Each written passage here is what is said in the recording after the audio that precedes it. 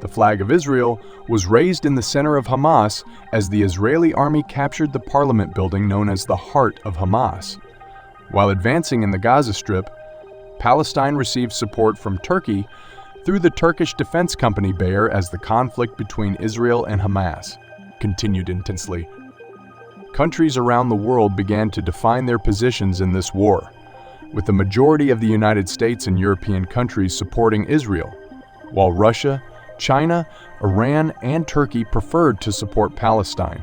Recently, the threat of further expansion of the war in the Middle East became a major topic on the agenda after allegations that Russian and Turkish soldiers were deployed in the Gaza Strip. On the other hand, the forces of Hezbollah announced their involvement in the war, leading the Israel Defense Forces to significantly increase security measures. Hamas claimed that the Israeli army would not be able to carry out ground operations within the Gaza Strip, but the Israeli army made significant progress with the recently launched ground operation. During this operation, the Israeli army captured the parliament building known as the Heart of Hamas, drawing global attention.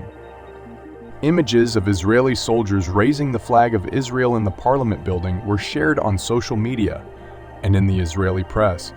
These photos showed soldiers from the Golani Brigade of the Israeli army posing with Israeli flags in the parliament's chamber.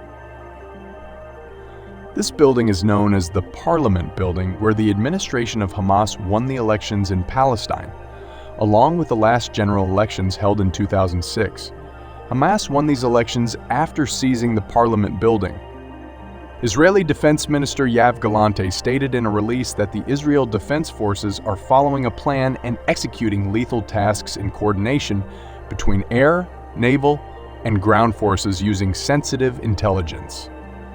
After this operation, the Israeli army conducted another operation with IDF spokesperson Admiral Daniel Hagar, announcing that IDF tanks were targeting militant groups attempting to launch rockets into the Jaffa area from the Lebanese borders. When the Israeli army began to gain ground in the war against Hamas, Turkish President Erdogan made strong statements to Israeli Prime Minister Netanyahu. During his speech, President Erdogan said, "Do you have a nuclear bomb or not? Explain.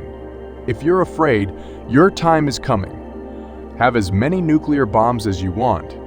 Do whatever you want. You are a lost cause." A few hours after this statement, significant support for Palestine came from Turkey. The company known as Barak, also called Bayer, had previously stated that they had taken steps to help Gaza. They claim that staying silent is being a partner in this war.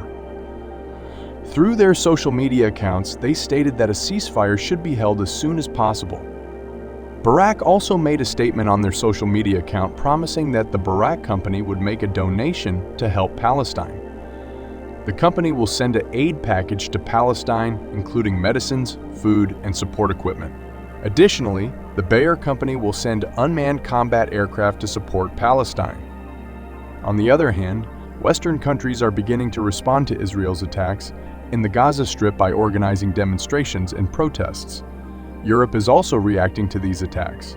The Belgian Senate refused to accept the videos of the attack launched by Hamas on October 7th, which were prepared by Israel. The Senate stated that these images are just propaganda to cover up Israel's own war crimes. In the UK, hundreds of thousands of citizens participated in protests in support of Palestine. These protests held in London were recorded as one of the largest marches in support of Palestine so far. It is worth noting that there were also marches commemorating the end of World War I on the same day. Security measures in the region were intensified with over 2,000 British police officers on alert due to the protests. Unfortunately, clashes occurred between far-right citizens and the police, trying to prevent pro-Palestinian protesters. During these clashes, 82 people were detained by the British police. Protesters argue that Israel's attacks in Gaza should cease. The blockade should be lifted and a ceasefire should be announced as soon as possible. They also demand that the Rafah Gate in Egypt be fully open to allow full entry of humanitarian aid and supplies to Gaza. It is important to mention that Orthodox Jewish groups participated in these events, as well as anti-Islamic activists like Tommy Robinson, who is a supporter of Palestine. After the clashes with the police, there was a conflict between right-wing activists and the police. There was a conflict between right-wing activists and the police. North Korea did not denounce the excessive intervention of the United States in this war between Israel and Hamas. The North Korean newspaper Rodong Sinmim stated that the United States is providing weapons to Israel, worsening the situation in the Middle East. The North Korean ambassador to the United Nations made a speech targeting the United States during the UN General Assembly. He stated that some countries are worsening the situation in the Gaza Strip by supporting Israel and its attacks. On the other hand, reports suggest that both the United States and Israel are increasingly isolating themselves daily due to Israel's attacks on Palestine. Chen International reported that U.S. President Joe Biden was specifically warned due to his excessive support for Israel, and some authorities believe that these attacks will increase sympathy for Palestine.